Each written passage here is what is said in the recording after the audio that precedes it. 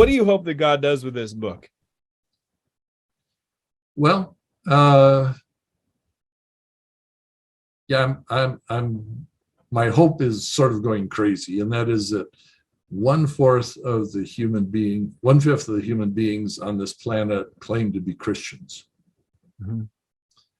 which means that if the simple thing that God has asked all Christians to do, which is to love your enemies, we would only have to love 4 enemies in order to permeate the planet with seeing people the way that God sees them, which doesn't seem insurmountable as a task.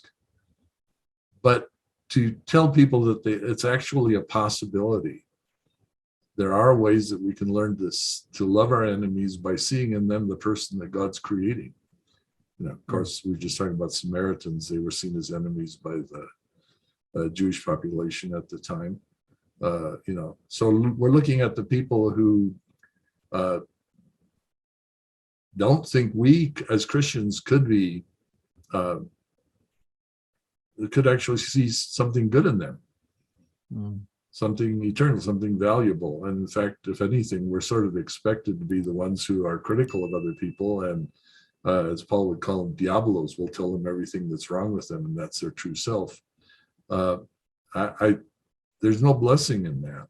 And so I'm trying to say, you know, hey, as Christians, what would happen if we were to actually look at other people and see in them what God wants to bring out, and sort of smile on that, rain on that a little bit. We actually have the numbers, if we did that, to influence the world. And the other thing is that when you look at the brain, beliefs are not what create hate. Beliefs are only the way that hating people gather each other.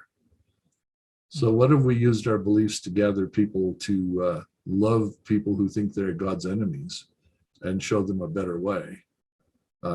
I think it's always been my standard, if I can find one person who actually read the book and it started working for them, that would make the book worth writing.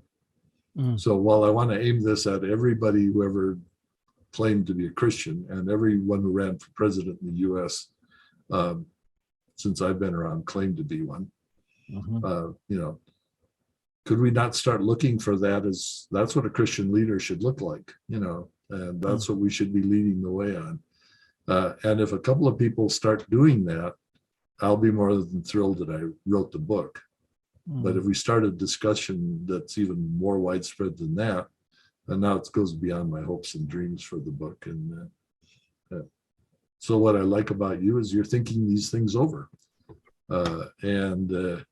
You know, you're helping other people have the chance to think things over as well. And I think if God helps us think, we'll think some new things.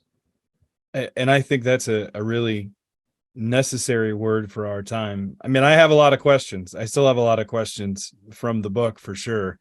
And I wish we had more time to really delve into more of them, but maybe we have to do that at another time. Well, I would be open to that invitation. So hope to talk to you again. All right, brother. Thank you. And we'll talk to you soon. Blessings to you and all your listeners.